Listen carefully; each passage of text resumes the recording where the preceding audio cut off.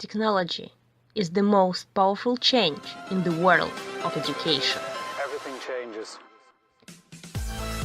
Welcome to the Emerging Technologies in Education podcast, delivered to you by Clever Books Company.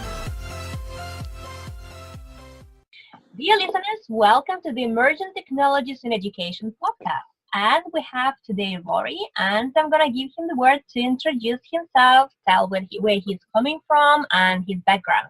Here you go. Thank you. Nice to meet you all. It's Rory Henson. I'm a director at IBIS Capital, which is an asset management and investment bank. I joined IBIS to build the education business here, and as part of that, we have incubated and built EdTEch Global, which runs CEO conferences, research, and awards for the education industry. This is brilliant. Can you maybe tell a little bit more about the conferences you're doing?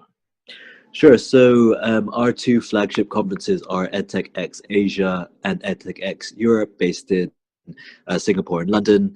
They bring together in around 3,000 people from 75 different countries, bringing together the investors, corporates, the sort of startup community to really talk about the future of the industry. Really as a forum to have that discussion, as well as an opportunity to make international partnerships and use it as a branding platform.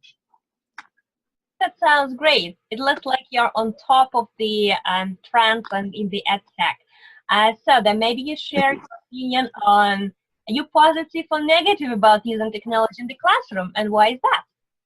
Yeah, so I guess I play a leading role in the research that we produce and author.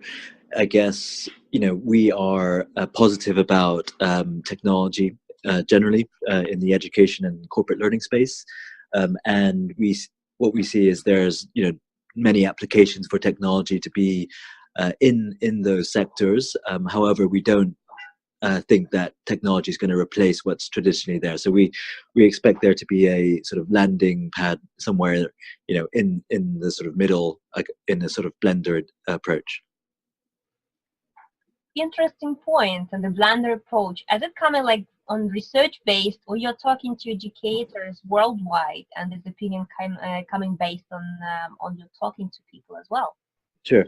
So it's based on, I guess, our research, but I spent probably about 6 years in the industry now, and talked to over 5,000 different businesses across the globe, and it's very clear to us that traditional, I guess, schools, brick and mortar schools, whether they're schools, higher education institutions, colleges, and so on, are still going to be around, but they're facing significant challenges with attracting students and providing quality services. And I think there's lots of, I guess, areas that technology start to permeate within the education sector. A good example is a business called Ducer, based in Australia, who invest and build their own curriculums and license their IP to universities. And they've been very successful in places like Africa, where they're able to provide an online support solution to the university, increasing their reach and I guess their sort of branding. That sounds like quite an interesting point. And as you touched already a business, maybe you're gonna share with us your personal opinion and or maybe your experience in using the technology in education or for educational purposes. I mean, like maybe name some companies that impressed you personally, or maybe some resources that you use personally, or maybe you think some technology, emerging technology like 3D printing or augmented or virtual reality, or maybe e-learning solutions or machine learning could be something like good and beneficial for the education purposes as a blended approach, like you said. Yeah, so I guess it's a good question. Sometimes for me, the lines blur between whether I'm using it for my personal use or using it for, I guess, experimenting with what's going on in the industry. But I guess talking to perhaps your latter point, which is around what are potentially the emerging technologies that are coming into various parts of the industry, then things like I guess the use of data to be able to personalize learning, to create content recommendations similar to other media industries that we've seen, such as lots of people using the sort of taglines of sort of the Spotify or the Netflix of learning. I think sometimes that can be taken the wrong way, but actually what's important is the meta tagging and the data that's being collected there, and the ability to source clever content when a learner requires it. So that's an aspect of, I guess, artificial intelligence, where people like Filtered have been very successful, or even if you think about the online staffing world, where you have companies like Uber. One thing that I think Uber has done extremely well is the training academy that taxi drivers go through, and the sort of aspects that of the software that roboterizes the what would have been done by taxi drivers historically. So even businesses in the online staffing world are very interesting.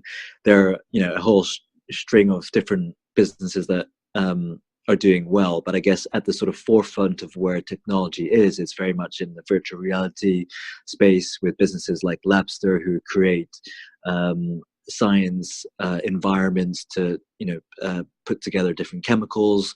You have companies who are in the augmented reality space, like Magic Leap, who are using augmented reality to I guess bring to life some things that you wouldn't be able to necessarily see in classrooms. And you have other things such as 360 maps with businesses like ThingLink, who are able to take a sort of flat 2D image and with their technology give a 360 view of what's happening, and provide learners and teachers to author notes and things. So there's a whole world of new technologies that are being incorporated into education. And I guess the question is, what is the sort of budget, and what's the sustainability for these models?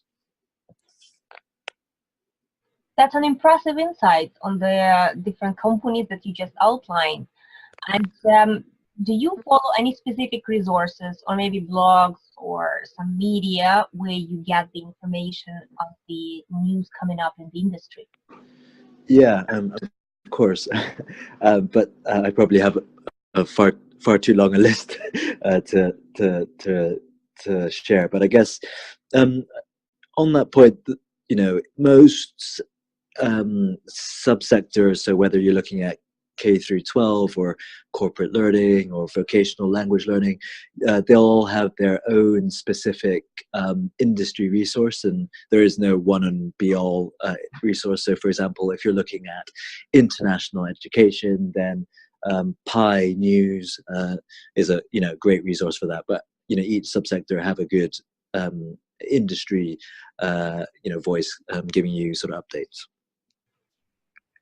That's really interesting. And so, like, you are very technology positive for the education purposes, as far as I can hear, and also you follow a lot of things there. But sometimes we meet people who say, like, I don't think that technology is really good fit for the classroom, and there might be different reasons for that, like that's outside of their comfort zone, or maybe they think that school doesn't have enough budget, or internet connection is good enough, or many things. What do you normally tell to those people to encourage them using technology in education? I think that's a good question, and I think there are many different reasons as to why people might be negative towards technology within education. But I guess where I see some of the challenges within education is around content, and principally because creating content is expensive, and some of the new models that I explain are not necessarily evidenced in practical use. So the content world is an ever-changing market, where I think it's largely driven by consumer appetite, and sometimes consumer appetite is hard to put your finger on. I think there's lots of different types of content mediums that are out there, and consumers are identifying different mediums with different niches. And what I mean in practice is, some people prefer to use video for specific types of learning, or surveys for another type, and so on and so forth. So I think quite often a lot of the challenges are on the content side when it comes to purchasing decisions.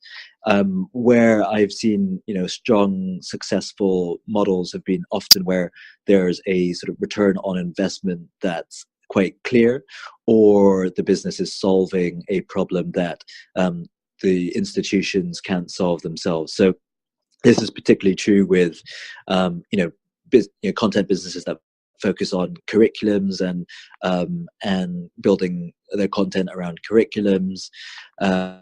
Also very true for in schools. You have lots of areas where platforms have been very successful in helping with the administrative issues, such as the HR payroll, such as the finance systems, the student information systems, the application systems to the school, so effectively the CRMs for the school. So there's many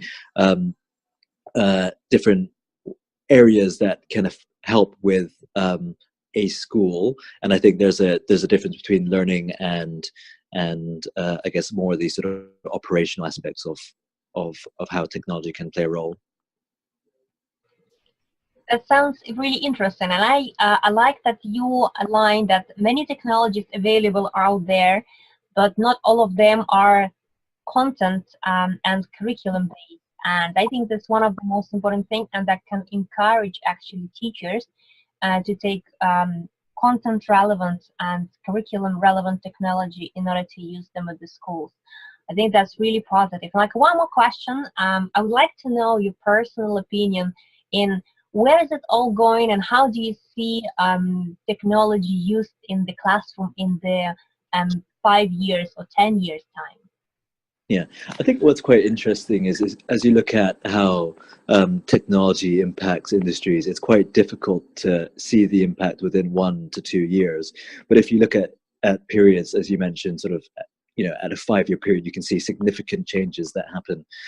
And quite often you have trailblazers who lead that change. And, I've been looking at the sector for over 5 years, and there's been, significant change across all sectors that we've noticed, with an adoption of technology that's unprecedented to before.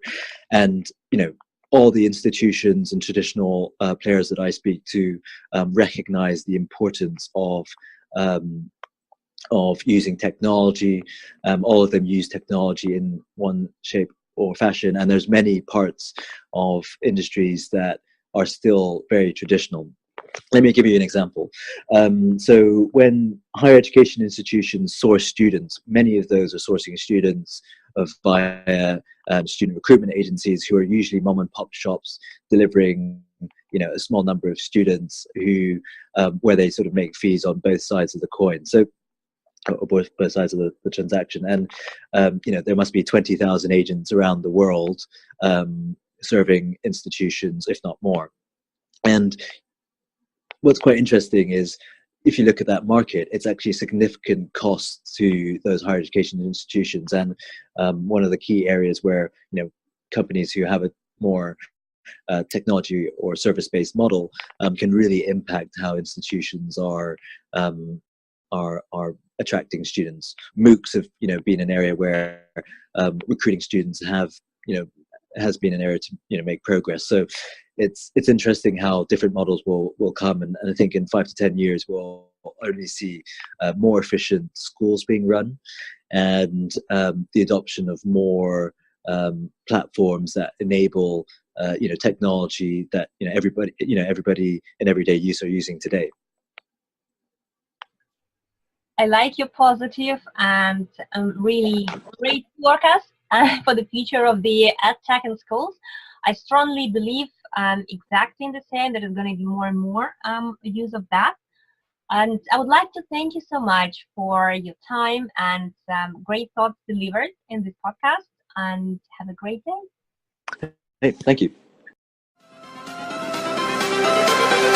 Everything changes.